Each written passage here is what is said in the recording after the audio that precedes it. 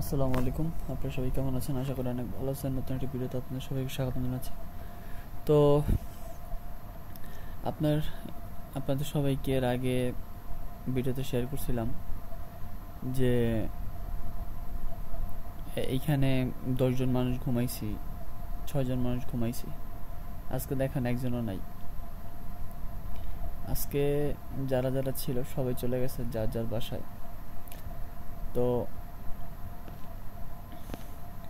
এটা নিয়ে আসলে মন খারাপ করার কিছু নাই। এখন তাদেরও তো কাজ থাকবে, তাদেরও তো আসলে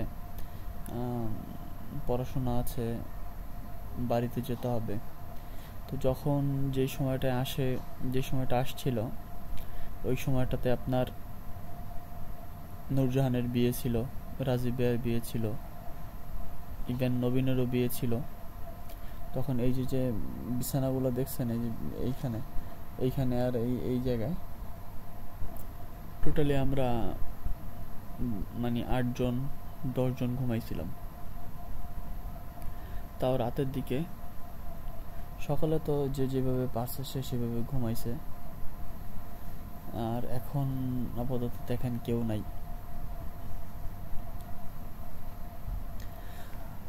তো সবসময় সবার দিন, সবসময় সময় এইগুলা মানে একরকম যায় না, পরিবর্তন হয়। এই তো যদি কখনো কোনো সময়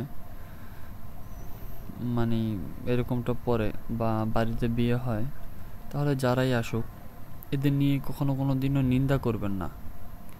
বা আছে না যে আপনার জায়গায় আপনি একা ঘুমাচ্ছেন, এখন বিয়ে কারো হচ্ছে বাসার ভিতরে, এখন আপনার রুমের ভিতরে 10 জন 12 জন এসেই ঘুমাচ্ছে, ঠিক আছে? তখন আপনি তাদেরকে বলবেন যে আসলে আমি তো রুম শেয়ার করি না বা বেড শেয়ার করি না,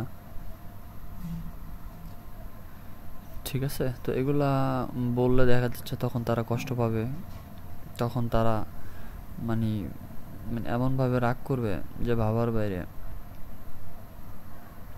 তো সেই জন্য একটা কথা বলবো যে আসলে আত্মীয় স্বজন তো পরিবারের পরেই হয়, কারণ তারা সব সময় যতটুকু পারে হেল্প করে, সাহায্য করে। আর পরিবারের পরেই, বাবা মার পরে পরিবারের পরেই হচ্ছে আত্মীয় স্বজন, হ্যাঁ, যারা আপনার পাশে সব সময় থাকবে। তো পরিবারদের এবং আত্মীয় স্বজনের কখনোই কোনোদিনও কাউকেই অবহেলা করবেন না। অবহেলা করলে মানে জীবনে পস্তাবেন, বা সেটা ভালোভাবে পস্তাবেন। আর একটা কথা শেয়ার করি, তা হচ্ছে আজকে এই দিনে আমার মেজো ফুপু হচ্ছে চলে গেছে কুয়েতে। তো এর আগেও মেজো ফুপু প্রায় 4-5 বার আসছিল কুয়েত থেকে। তো তখন এতটা পরিমাণ খারাপ লাগে নাই, এখন যতটুকু লাগছে।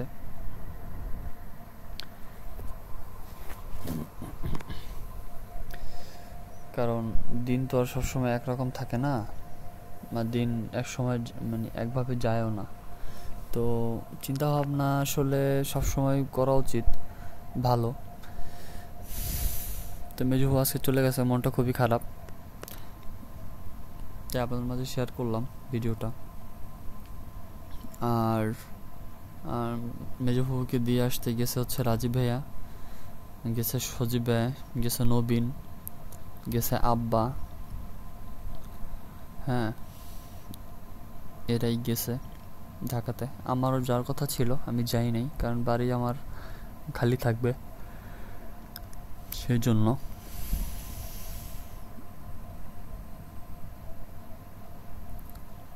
কালকে আবার দোকানে যাব। তো এই তো, আপনারা সবাই কেমন আছেন অবশ্যই জানাবেন। আর ভিডিওটা আসলে এই পর্যন্ত ছিল, আপনাদের মাঝে মনের ভাবটা শেয়ার করলাম। কেমন লেগেছে অবশ্যই জানাবেন। দেখা হবে পরবর্তী নতুন কোনো ভিডিওতে। ততক্ষণ পর্যন্ত ভালো থাকবেন, সুস্থ থাকবেন। আসসালামু আলাইকুম। ওয়া বারাকাতুহু।